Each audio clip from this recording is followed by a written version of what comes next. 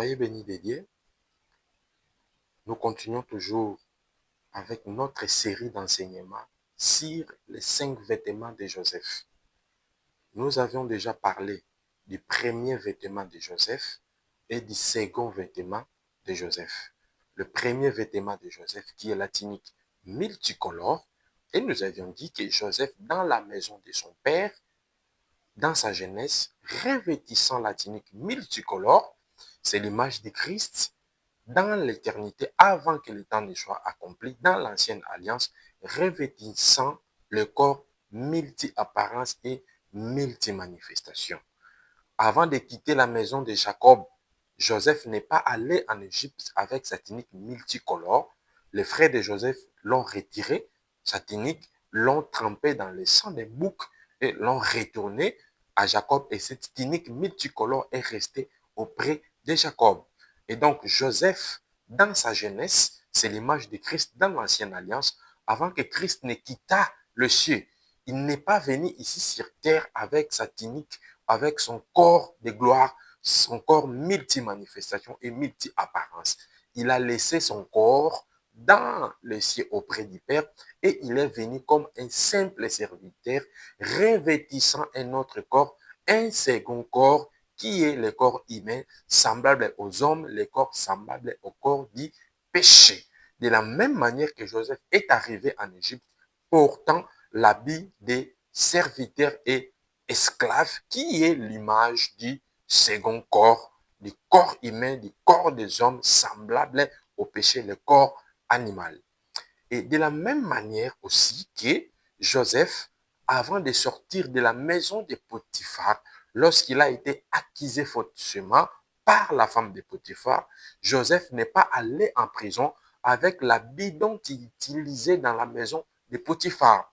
Il a laissé cet habit selon que la Bible dit que la femme de Potiphar resta avec le vêtement de Joseph. Lorsque Joseph sortit de la maison de Potiphar pour aller en prison, Joseph alla en prison revêtissant un autre habit, c'est-à-dire un troisième habit. Joseph, en Égypte, servant dans la maison de Potiphar, c'est l'image de Christ manifesté en chair comme un esclave, comme un simple serviteur. Nous avions déjà dit beaucoup et expliqué ces choses.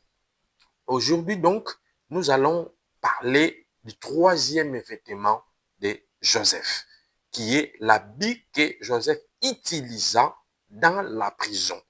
L'habit que Joseph revêtit dans la prison. Donc, le troisième vêtement dont nous voulons parler ici, c'est le vêtement du prisonnier. Le troisième habit de Joseph, c'est l'habit du prisonnier que Joseph revêtit dans la prison. Alors, si le premier vêtement qui est le vêtement ou la tunique multicolore représente le corps que Christ utilisa ou utilisé dans l'ancienne alliance et que le deuxième vêtement de Joseph représente le corps semblable au péché qui est le second corps que Christ revêtit, nous voulons maintenant comprendre que représente le troisième vêtement ou l'habit du prisonnier que Joseph utilisait dans la prison. Mais avant de parler de l'habit du prisonnier, qui est le troisième habit, nous devons d'abord comprendre que veut dire la prison, puisque c'est l'habit du prisonnier. Donc, premièrement, nous devons comprendre que veut dire la prison. Allons-y comprendre.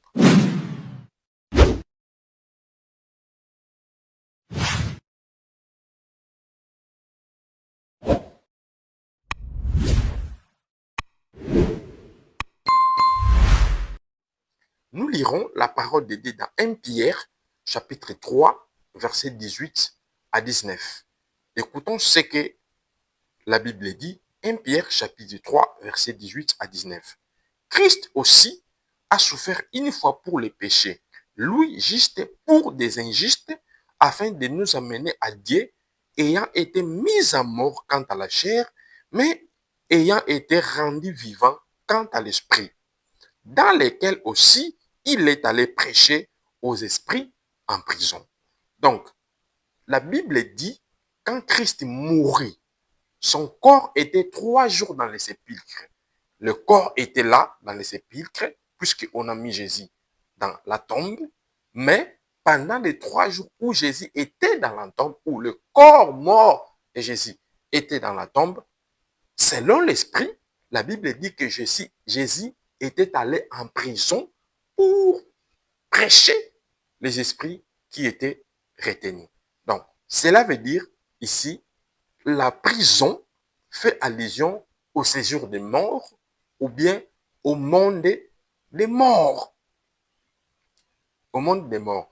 Donc, si vous comprenez, Joseph dans la prison représente Jésus-Christ dans l'au-delà, représente Jésus-Christ dans les séjours des morts, représente Jésus-Christ dans le monde des morts. C'est-à-dire le troisième habit, le troisième vêtement que Joseph revêtit dans la prison représente le troisième corps que Christ revêtit et représente le corps des morts, les corps de ceux qui sont retenus, les corps de ceux qui sont dans la prison.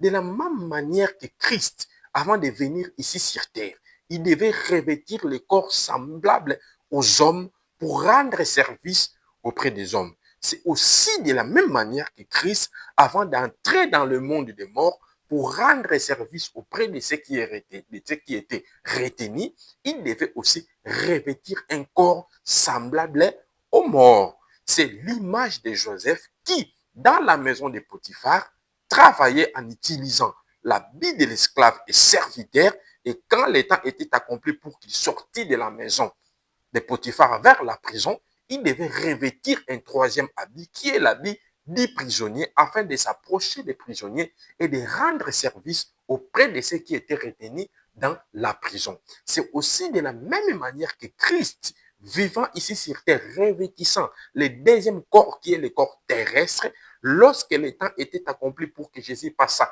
de la vie à la mort, il devait aussi revêtir un troisième habit, un troisième corps qui est le corps des morts, qui lui permit de s'approcher des morts, d'entrer dans le séjour des morts, d'entrer dans le monde de ceux qui étaient retenus, afin de rendre service à ceux qui étaient retenus. Donc, cela veut dire quoi? Lorsque nous mourrons, le corps est là, nous voyons le corps. Nous mettons à la mort ce qui est de coutume, nous enterrons nos morts, nous embaumons le corps, est là. Mais en esprit, en vérité, la personne ou la chair est là, mais la personne se retrouve de l'autre côté. Dans l'autre côté, ou de l'autre côté, la personne revêt un autre corps. À vrai dire, la mort, c'est un changement d'habit. Vous passez du deuxième au troisième corps. Vous passez des corps terrestres, vous passez des corps animaux à un corps spirituel, à un corps de repos. C'est ainsi que Christ aussi laissa le deuxième corps, revêtit le troisième corps afin de s'approcher de ceux qui étaient retenus dans la prison et de rendre service auprès de ceux qui étaient au repos. Le troisième vêtement de Joseph représente le troisième corps, c'est-à-dire le corps des morts, le corps de ceux qui sont retenus, le corps de ceux qui sont au repos. Lorsque nous mourons, nous entrons dans le monde des morts, nous entrons de l'autre côté, dans l'au-delà, en attendant la résurrection. D'autres iront dans la vie éternelle et d'autres encore pour le jugement éternel qu'ils vont ressusciter. Mais en attendant, ceux qui sont morts, ils sont au repos, revêtissant un corps qui est le troisième corps que Christ aussi revêtit afin de s'approcher de ceux qui étaient retenus. Écoutons ce que la Bible dit dans Apocalypse chapitre 6, versets 9 à 11, lorsque la Bible parlait de l'ouverture des sceaux. Apocalypse chapitre 6, versets 9 à 11. Quand il ouvrit le cinquième sceau, je vis sous l'autel les âmes de ceux qui avaient été immolés à cause de la parole de Dieu et à cause du témoignage qu'ils avaient rendu. Ils crièrent d'une voix forte en disant: jusqu'à quand, Maître saint et véritable, tarde-t-il à juger et à tirer vengeance de notre sang sur les habitants de la terre? Une robe blanche fut donnée à chacun d'eux et il leur fit dire de se tenir en repos quelque temps encore jusqu'à ce que fût complet le nombre de leurs compagnons de service et de leurs frères qui devaient être mis à mort comme eux. Le troisième vêtement, c'est le corps de repos. Ceux qui sont morts en attendant la résurrection, d'autres pour la vie éternelle, pour la récompense, d'autres pour le jugement, nous revêtissons un troisième corps qui est le corps de repos qui nous permet d'être en repos. C'est pourquoi Jésus, avant d'entrer dans les repos, c'est-à-dire avant d'entrer vers ce qui était retenu, il devait aussi quitter le second corps, utiliser les mêmes corps identiques à ceux qui sont dans le séjour des morts. Donc, l'entrée de Joseph dans la prison représente la mort de notre Seigneur Jésus-Christ. De la même manière que Joseph sortit de la maison de Potiphar parce qu'il avait été accusé faussement par la femme adultère, la femme de Potiphar, c'est aussi de la même manière que Jésus-Christ a été mis à mort parce qu'il a été accusé faussement par ses frères selon la chair, qui est Israël, qui est considéré comme une femme adultère. Nous avions déjà parlé de ces choses. Mais de la même manière que Joseph sortit de la maison de Potiphar, n'allant pas avec sa tunique ou son vêtement qu'il utilisait comme serviteur dans la maison de Potiphar, c'est de la même manière aussi que Christ, quand il est allé au-delà, dans la prison, c'est-à-dire dans le monde des morts, auprès de ceux qui étaient retenus, il n'est pas allé avec le même corps. Il a utilisé un troisième corps, le corps de repos, semblable aux morts, pour s'approcher des morts afin de rendre service auprès de ceux qui étaient retenus. Joseph sortit de la maison de Potiphar vers la prison puisqu'il avait un travail à rendre. Il avait un service à rendre auprès de ceux qui étaient retenus. C'est ce que Pierre dit, que Jésus-Christ est entré dans le monde des morts, aussi dans la prison, c'est-à-dire pour rendre service auprès de ceux qui étaient retenus. Donc, Joseph dans la prison représente Jésus-Christ dans les séjours des morts. Joseph revêtissant le troisième habit qui est l'habit du prisonnier, représente Jésus-Christ dans l'au-delà, revêtissant le troisième corps qui est le corps des morts, le corps semblable à ceux qui étaient retenus afin de s'approcher d'eux et de rendre le service qu'il attendait. Mais nous savons, bien aimés, qu'il y a des événements, il y a des choses qui se sont passées pendant que Joseph était dans la prison. Dans la prison, Joseph rendrait service auprès des prisonniers. Mais il a rencontré particulièrement des personnes. Ces deux personnes que Joseph avait rencontrées, c'est les chansons du roi et les panetiers du roi. La Bible dit que ces deux hommes étaient les hauts fonctionnaires du roi Pharaon.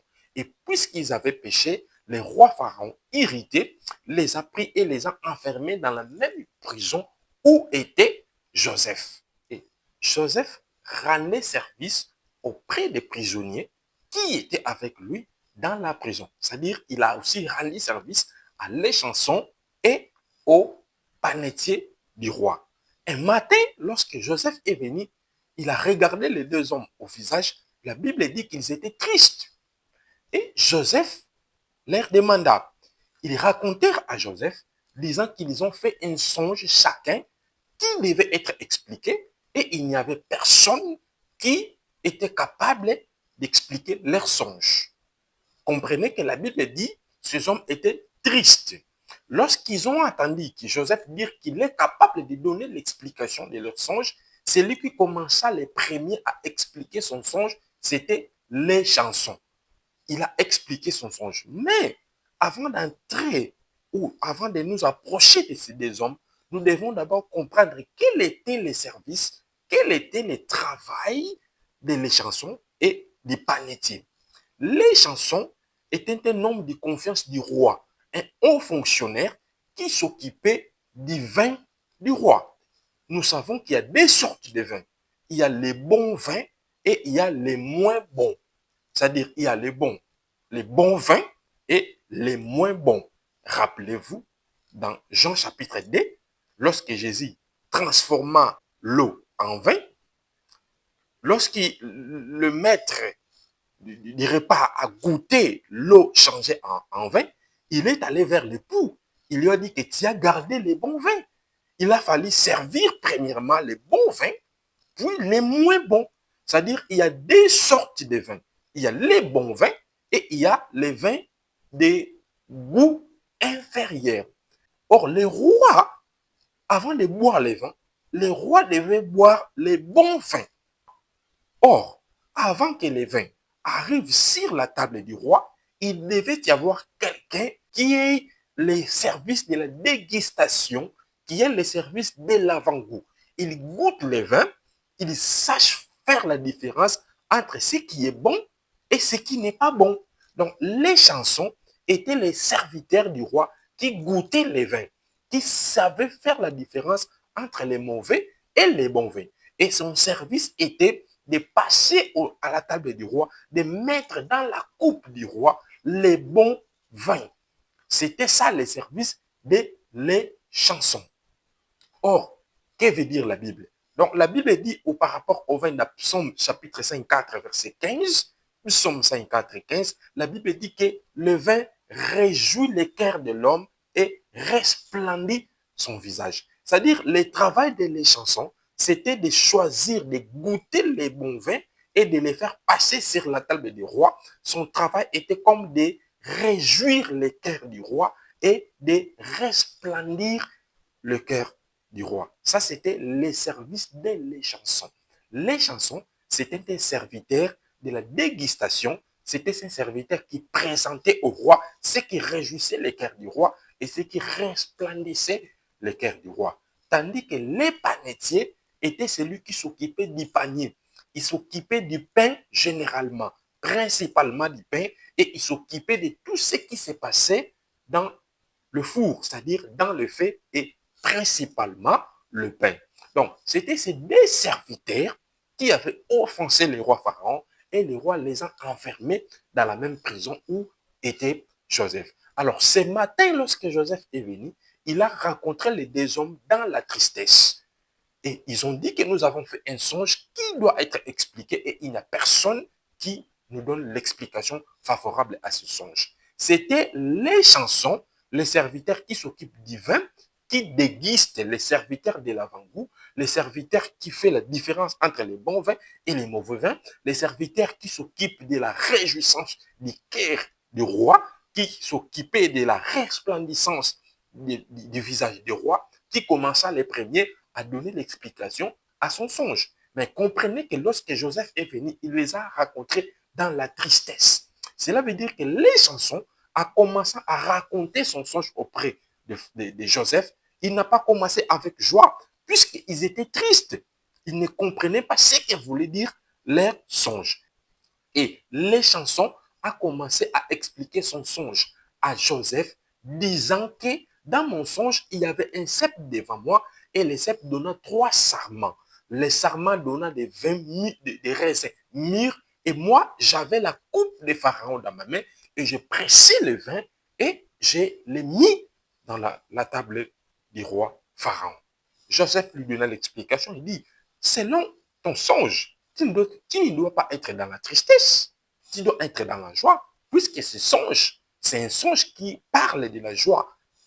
3 sarments sont 3 jours. Dans 3 jours, Pharaon te relèvera et te rétablira dans ton poste, dans ton service. Tu retourneras auprès du roi et tu feras ton service comme tu le faisais auparavant. Lorsque le panetier a écouté l'explication favorable de son collègue auprès de Joseph, lui aussi, il est venu. Mais il y a une différence entre les deux. C'est-à-dire, les chansons a raconté son songe avec tristesse puisqu'il ne savait pas. Mais le panetier n'a pas raconté son songe avec tristesse. Il a raconté son songe avec joie, puisque lorsqu'il a entendu l'explication favorable de son collègue, il croyait que lui aussi, il aurait une explication favorable et c'est pourquoi il est venu avec joie. Mais après avoir expliqué qu'il avait 3 paniers sur la tête et les mets du pharaon et du pain et que les oiseaux mangeaient les mets qui étaient sur sa tête, Joseph lui dit que toi, tu ne dois pas être dans la joie. parce que ton songe est différent de ton collègue. 3 corbeilles sont 3 jours. Dans 3 jours, Pharaon te relèvera, mais il te tuera. Il va te pendre. Tu vas mourir. Que représentent les 2 serviteurs de Pharaon dont Joseph racontera dans la prison dont il interpréta le songe. Les 2 serviteurs de Pharaon, les chansons ou les chefs des chansons et les panetiers ou les chefs des panetiers représentent Élie et Moïse. Nous allons expliquer. Élie, représenté ici par les chansons, si vous regardez Élie, Élie fait son apparition dans la Bible dans le moment où Israël était en train de servir soit Dieu, soit Baal. Israël ne savait pas faire la différence entre servir Dieu et servir les Baals. Élie dit que le peuple clochait des 2 côtés. Tantôt ils allaient vers Baal, qu'ils croyaient être Dieu, tantôt ils allaient vers l'Éternel. Or, nous avons dit qu'il y a des vins. Servir l'Éternel, c'est l'image des bons vins, c'est ce qui réjouit le cœur du roi, c'est ce qui resplendit le visage du roi. Or, servir les Baals, c'est les mauvais vins qui ne devaient pas passer sur la table du roi. C'est-à-dire quoi? Le peuple qui devait être présenté à l'Éternel devait être un peuple qui réjouit, qui sert l'Éternel, qui réjouit le cœur de l'Éternel. De la même manière qu'il devait y avoir quelqu'un auprès du roi qui ait le ministère de la dégustation, le ministère de l'avant-goût, qui sache goûter les vins et sache faire la différence entre les bons et les mauvais et faire passer sur la table du roi, sur la main du roi, ce qui est bon. De la même manière qu'il devait y avoir quelqu'un qui soit auprès du peuple, c'est-à-dire auprès du roi, qui sache faire la différence entre ce qui est bon et ce qui est mauvais, qui sache dire au peuple, voici ce que vous devez faire, voici les chemins, voici ce que vous devez suivre, qui doit réjouir le cœur du roi. Donc, les chansons ou les chefs des chansons représentent Élie, dont les ministères était pour ramener le cœur du peuple à l'Éternel pour que le cœur du roi soit réjoui. Ça, c'est Élie. C'est-à-dire, Élie, ici, qui est le ministre du ministère de la dégustation, il est apparu pour dire au peuple ce que le peuple devait faire pour réjouir le cœur du roi. C'est à peu près le travail que les chansons faisaient, de goûter les vins et de faire passer sur la table du roi ce qui est bon, ce qui est le bon vin. Le ministère d'Élie, c'était un ministère de dégustation. Le ministère d'Élie, c'était un ministère de ramener, de présenter auprès de Dieu le peuple bien disposé. Élie, ne connaissant pas les choses qui s'est passées dans sa vie, lorsque Jézabel voulut le tuer, Élie a fui dans sa tristesse. Rappelez-vous que les chansons a raconté son songe à Joseph avec toute tristesse. Dans sa tristesse, Élie dit à Dieu, Éternel, dis-moi, puisque je ne suis pas plus meilleur que mes pères. C'est l'ange de l'Éternel qui lui dit que toi, tu ne mourras pas. Tu ne mourras pas. Ça, c'est les chansons, ne connaissant pas ce qui s'est passé dans sa vie. Il est venu auprès de Joseph avec tristesse. Et Joseph lui dit que tu ne mourras pas, tu dois retourner. C'est l'ange de l'Éternel qui dit maintenant à Élie que tu ne mourras pas, tu dois retourner et tu dois être enlevé, tu ne verras pas la mort. Parce que l'esprit des prophètes ne meurt pas. Lisez dans la parole de Dieu. Des Rois, chapitre 2, verset 14 à 15. Luc, chapitre 1, verset 17. Apocalypse, chapitre 22, verset 6. L'esprit des prophètes ne meurt pas. C'est pourquoi l'ange de l'Éternel dit à Élie que tu ne mourras pas, mais tu retourneras et tu seras enlevé au ciel. Tu ne verras pas la mort. Alors, les panetiers. Les panetiers ici représentent Moïse. Les panetiers étaient les serviteurs qui s'occupaient du pain, de tout ce qui s'est passé au four. Donc, vous savez, c'est lui qui nous a amené le pain, c'est lui qui a amené le pain auprès d'Israël, c'était Moïse. Moïse est venu avec la loi. Dans sa joie, lorsqu'il est arrivé près de Canaan, il disait à l'Éternel que je voulais entrer. C'est le panetier qui vient auprès de Pharaon, auprès de Joseph, disant que je voulais aussi retourner. Il croyait qu'on lui donnerait une explication favorable. Mais ce n'était pas le cas. Il dit à Moïse, tu n'entreras pas, tu dois mourir, parce que le ministère de Moïse était un ministère de la mort. Le ministère de Moïse était un ministère de la condamnation. Le ministère de Moïse était le ministère du pain. Et Jésus dit que vos pères ont mangé le pain dans le désert, mais ils sont morts, puisque le pain que Moïse a donné, ce n'était pas le véritable. Le véritable. Moïse est venu avec la loi tue et l'esprit vivifie. Le ministère de Moïse était le ministère de la condamnation. Moïse était comme un ministre du pain, c'est-à-dire un ministre de la condamnation qui était venu pour susciter la colère de Dieu. C'est pourquoi la désobéissance de Moïse dans le désert, c'était une désobéissance prophétique.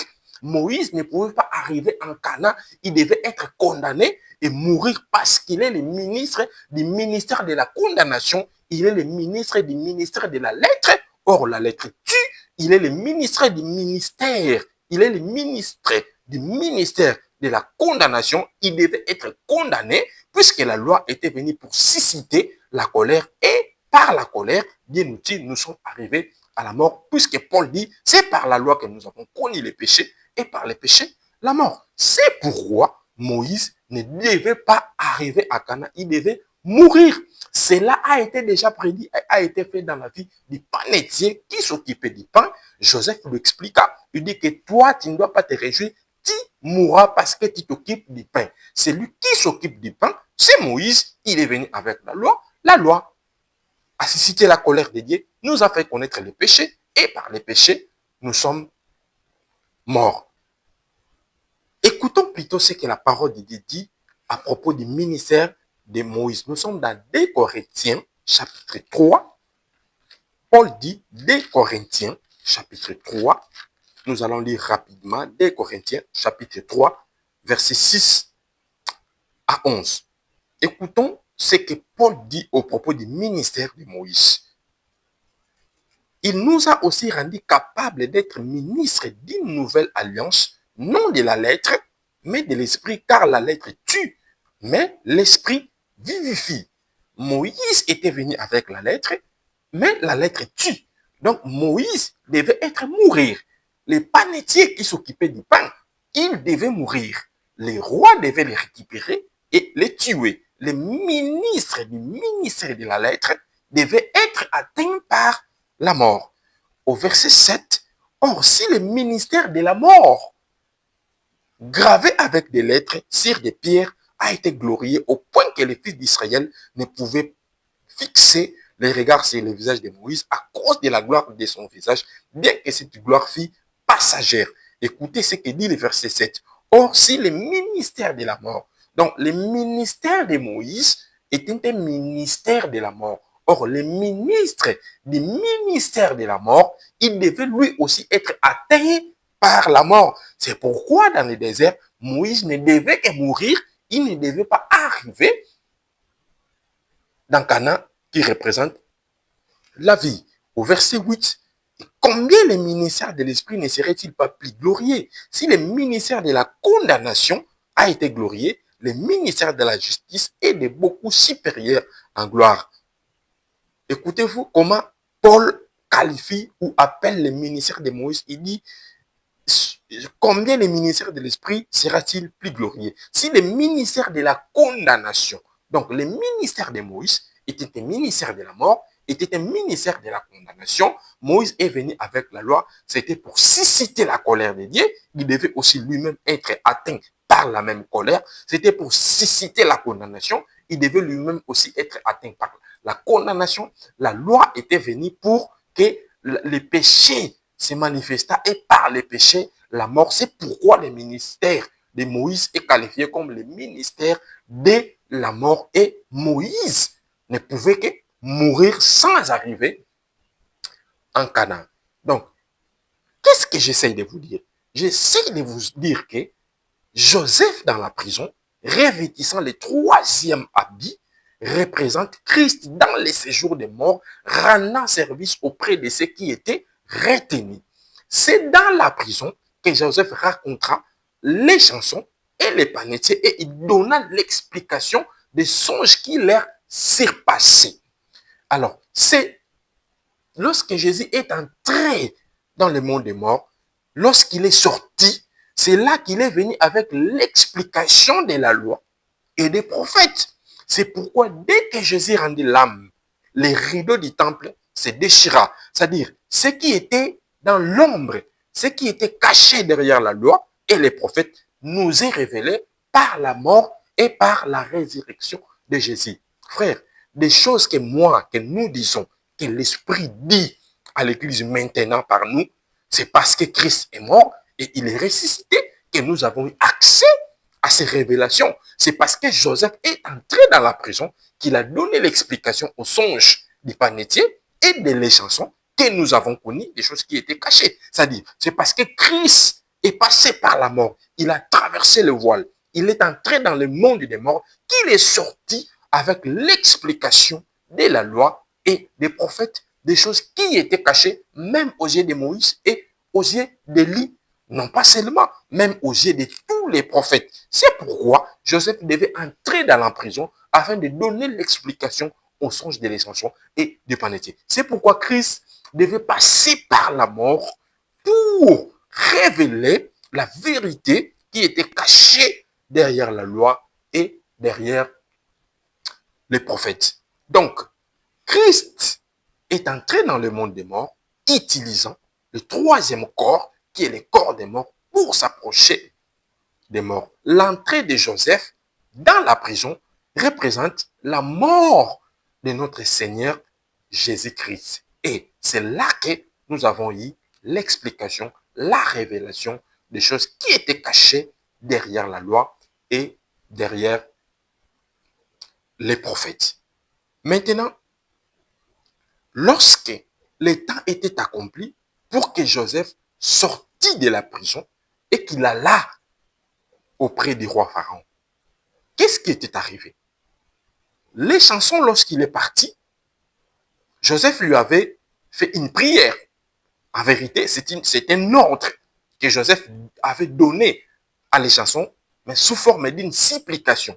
Puisque même Joseph, puisque le temps n'était pas encore accompli, il ne savait pas la vérité des choses qui étaient cachées. L'Esprit n'avait pas encore révélé les choses comme il nous est révélé aujourd'hui, parce que Christ n'était pas encore passé par la mort. Lorsque les chansons est arrivé auprès du roi Pharaon, il est arrivé un événement où Pharaon avait fait une même nuit des songes qui voulaient dire quelque chose et il n'y avait pas personne dans tous les royaumes de Pharaon pour donner l'explication. C'est alors que les chansons vont se rappeler de Joseph dans la prison et il va parler de Joseph au roi Pharaon. Le roi Pharaon va rappeler Joseph de la prison vers le palais. Mais je voudrais que nous comprenions qu'est-ce qui s'était passé entre la prison et le palais. Qu'est-ce qui s'était passé entre la prison avant que Joseph ne racontât le roi Pharaon. Nous allons lire d'abord la parole de Dieu dans Genèse chapitre 41, verset 14. Genèse 41 au verset 14. Écoutons ce que la Bible dit. Pharaon fit appeler Joseph, on le fit sortir en hâte de prison, il se rasa, changea de vêtements et se rendit vers Pharaon. C'est-à-dire, entre la prison et le palais, Joseph revêtit d'abord un quatrième habit. Puisque Joseph n'est pas sorti directement de la prison vers le palais du Pharaon. Joseph est sorti de la prison vers les salons de préparation. On lui a coupé les cheveux, on lui a changé des habits. Il a revêti le quatrième habit. C'est alors qu'il est allé vers le roi Pharaon. Donc, ce quatrième habit que Joseph revêtit, le quatrième habit, C'est ce qui fera l'objet de notre prochain enseignement. Nous avons dit que les premiers habits qui est la tunique multicolore de Joseph représentent les corps de gloire que Christ utilisait avant que le temps ne soit accompli. C'était avec la tunique multicolore que Joseph rendait service auprès de son Père. C'est-à-dire c'était avec les corps multi-manifestations que Christ, avant le temps, s'est manifesté à Israël de plusieurs couleurs, de plusieurs formes.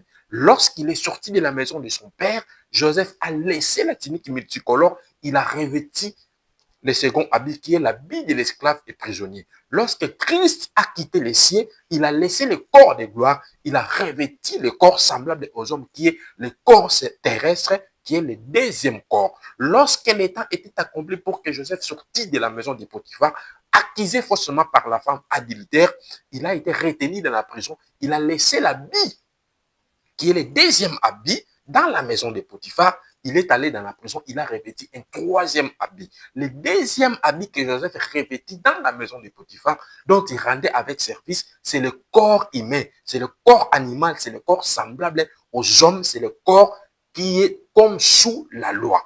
Et lorsque le temps était accompli, Joseph est allé en prison, utilisant le troisième corps dont nous avons expliqué que Jésus-Christ revêtit le troisième corps lorsqu'il descendit au milieu de ceux qui étaient retenus des morts pour donner l'explication, pour révéler de choses qui étaient cachées derrière la loi et derrière les prophètes, où il a raconté les chansons et les panétiers, c'est-à-dire Moïse et Élie, pour nous ramener l'explication de la loi et des prophètes, sortant de la prison. Donc, vous avez compris que Joseph dans la prison, c'est l'image de Jésus-Christ dans les séjours des morts. Et la sortie de Joseph de la prison représente la résurrection de notre Seigneur Jésus-Christ. Lorsque Joseph sortit de la prison, il ne sortit pas avec le troisième habit, mais il revêtit un quatrième habit qui fera l'objet de notre prochain enseignement.